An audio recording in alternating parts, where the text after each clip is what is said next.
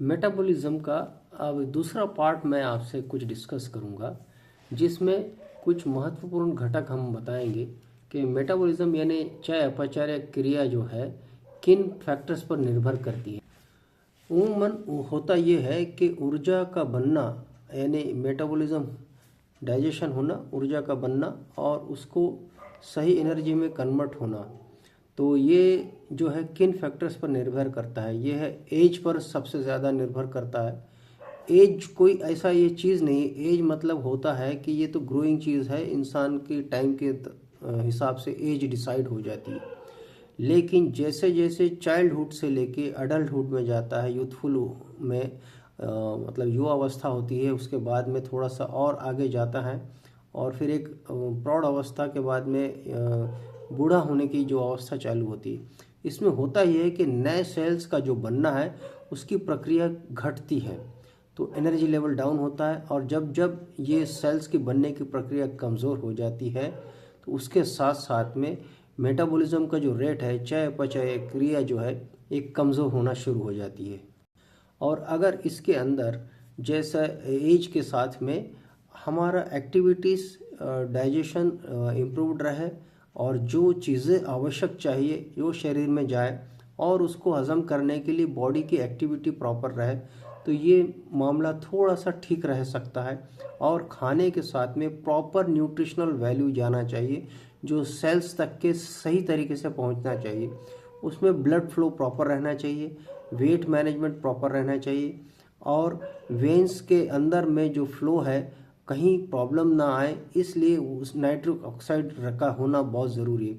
कुछ चीज़ें शरीर में प्रोड्यूस होती है, कुछ आपको बाहर से लेनी होती है, उमूमन जो दाल में होती है। लेकिन दाल में जो है जिस प्रकार से ली जा रही है वो बहुत ज़्यादा डाइजेशन के लिए तकलीफ देती है, तो गैस्ट्रिक माहौल भी क्रिएट करता है ओल्ड एज में, क्योंकि डाइजेशन पावर वीक हो जाता है। जैसा कि मैंने बताया, एज के साथ में मसल्स ड्रॉप हो जाते हैं, मसल्स ड्रॉप हो जाते हैं, इसीलिए मसल्स ड्रॉप होना ही एक कारण बन जाता है। जो कैलोरी बर्निंग का रेशियो जो होता है, जो खाते हैं वो जो पचता नहीं है, तो वो कोलेस्ट्रॉल में जमा होना शुरू हो जाता है। तो ये एक जो है कमज़ोर कर देता है चीज़ों को, मेटाबॉलिज्म की क्रिया को। जिस परिसर में हम रहते हैं और जो अमूमन घर के अंदर का टेम्परेचर अंदर कमज़ोर रहता है, बहुत सारे लोग एसी, कूलर्स और पंखे के इसमें रहते हैं, क्योंकि उनको बहुत सारे एलिमेंट होती है, बर्दाश्त नहीं करते, ये मॉडर्न लाइफ जी रहे हैं, तो टेम्परेचर के हिसाब से जो मेटाबॉलिज्म पुअर हो जाता है। ठंडियों में जो है मेटाबॉलिज्म पुअर कारण यही होता है, क्योंकि टेम्परेचर कम होता है तो बॉडी को दो काम ज़्यादा करने पड़ते हैं, उसकी सेल्फ हीट मेंटेन करने के लिए, खाना के पचाने के लिए और खाने को पूरे सेल्स तक पहुंचाने के लिए। और टेम्परेचर कम होता है तो फ्लो बहुत कमज़ोर होता है, इवन ब्रीदिंग पावर कमज़ोर हो जाता है, हार्ट का बीट कमज़ोर हो जाता है और उस पर हार्ट पे सबसे ज़्यादा लोड पड़ता है ब्रीदिंग को करने के लिए, क्योंकि ऑक्सीजन लेवल पुअर हो जाता है। तो जो बुज़ुर्गों के साथ में ये प्रॉब्लम बहुत ज़्यादा आती है, तो उसका जो इफ़ेक्ट है हार्ट पर भी होता है, ब्रीदिंग पर होता है, इवन मेटाबॉलिज्म डाइजेशन पर होता है। और पानी का कंटेंट कम होने से ब्लड का फ्लो भी पुअर होता है, जिसके वजह से प्रॉपर सेल्स तक के प्रॉपर न्यूट्रिशन खाना जो खाए और खाने की मात्रा प्रॉपर ना हो और पानी की मात्रा ना हो, तो ये कमज़ोर रह जाता है ये सिस्टम। इसीलिए पर्यावरण का जो टेम्परेचर है मॉडरेट रहना चाहिए विथ प्रॉपर ह्यूमिडिटी के साथ में, ताकि एकदम ड्राई भी नहीं रहे और एकदम ज़्यादा ह्यूमिड भी एटमॉस्फेयर न रहे, हवा भी प्रॉपर फ्रेश एयर हमेशा रहे। जब जब आप एक्टिविटी करते हैं फ्रेश एयर मॉर्निंग में बेहतर मिलती है, तो वो चीज़ें जो है मेटाबॉलिज्म को इम्प्रूव करती है। और शरीर का जो सोने का, रेस्ट करने का जो वक्त है वो प्रॉपर रहने से बायोक्लॉक के मुताबिक बीएमआर आरएमआर जो है वो सही होता है।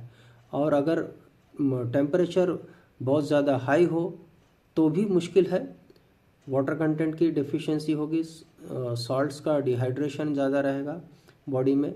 और जब ठंडा हो जाता है टेम्परेचर तो टॉक्सिन्स ज़्यादा पैदा होते हैं, ऑक्सीडेंट्स ज़्यादा पैदा हो जाते हैं और ये ऑक्सीडेंट जो है शरीर के कई हिस्सों में जाके स्टिफनेस पैदा करते हैं, सूजन पैदा करते हैं और बहुत सारी जो है हमारा बॉडी मूवमेंट ख़राब होता है। जब बॉडी मूवमेंट ख़राब होता है तो ऑटोमेटिकली डाइजेशन सिस्टम बिगड़ता है, तो मेटाबॉलिक रेट जो है वो भी कमज़ोर हो जाता है। जितना बड़ा ज़्यादा शरीर और उसके साथ में वो एक्टिविटी होती है तो उतने बड़े शरीर के लिए एनर्जी ज़्यादा लगती है, तो बीएमआर हाई रहता है, लेकिन उसको ऊर्जा भी उतनी ही ज़्यादा लगती है खर्च करने के लिए।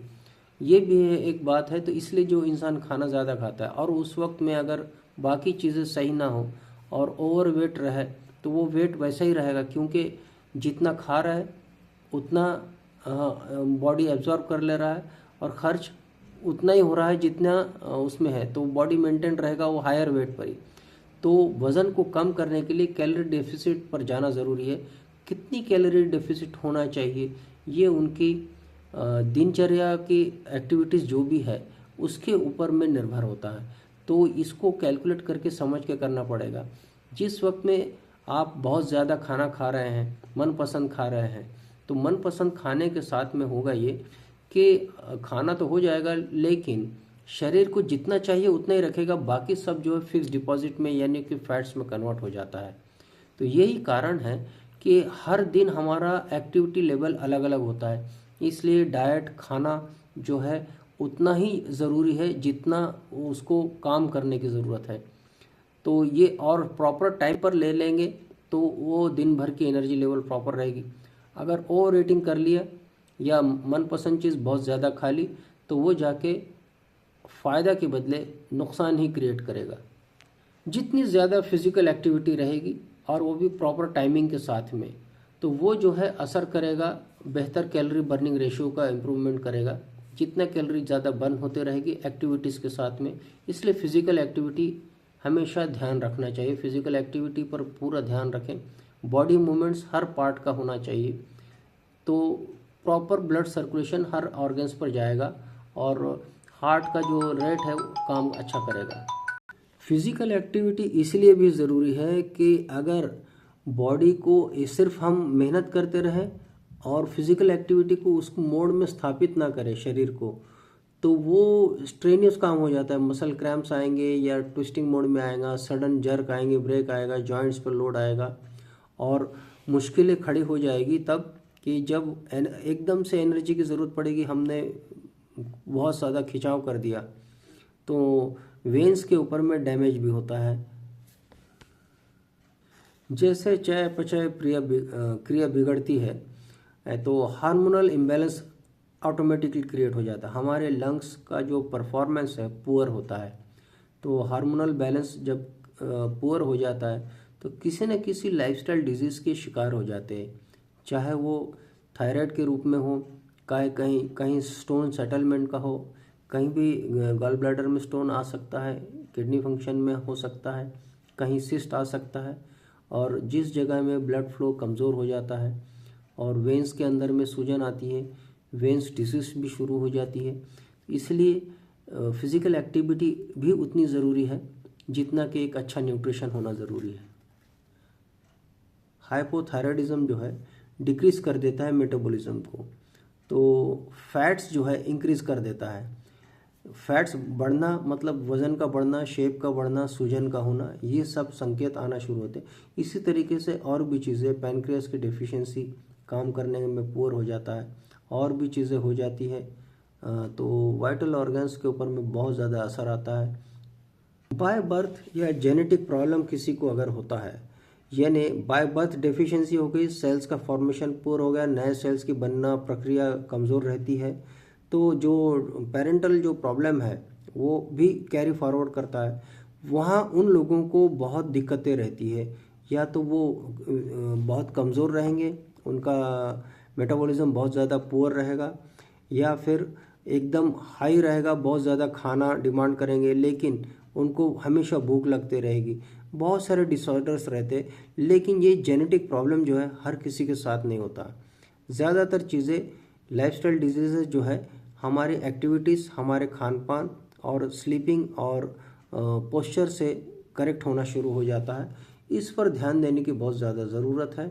जेनेटिक डिसऑर्डर जो है बहुत कम लोगों में होता है। जो अंडर डेवलप्ड ऑर्गन्स होते हैं, प्री मैच्योर्ड बेबीज़ होते हैं, उनके साथ होता है, या फिर प्रॉपर शेप में रहने के बाद में भी ऑर्गन का कंस्ट्रक्शन जो है पूरा नहीं होता, उस जगहों में प्रॉब्लम होता उन लोगों को।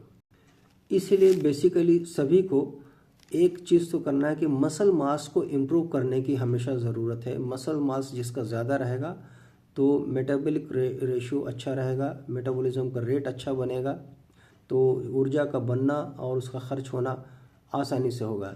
फैटी वेट आदमी जो है जिसका फैट परसेंटेज ज़्यादा है उसका मेटाबॉलिज्म बहुत पुअर रहता है, इसलिए फैट कट करना बहुत ज़रूरी है।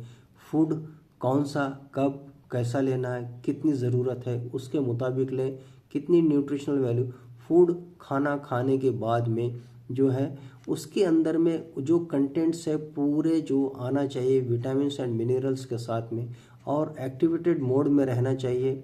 जो हमारी पैनक्रियास है, गल ब्लैडर्स है और बाकी इंटेस्टाइन है, उसके विलायस है, तो तभी जाके ये सब पूरा होगा। इसको सीखने समझने की बहुत ज़्यादा ज़रूरत है। आगे के चैप्टर्स में हम इसको समझेंगे, सीखेंगे।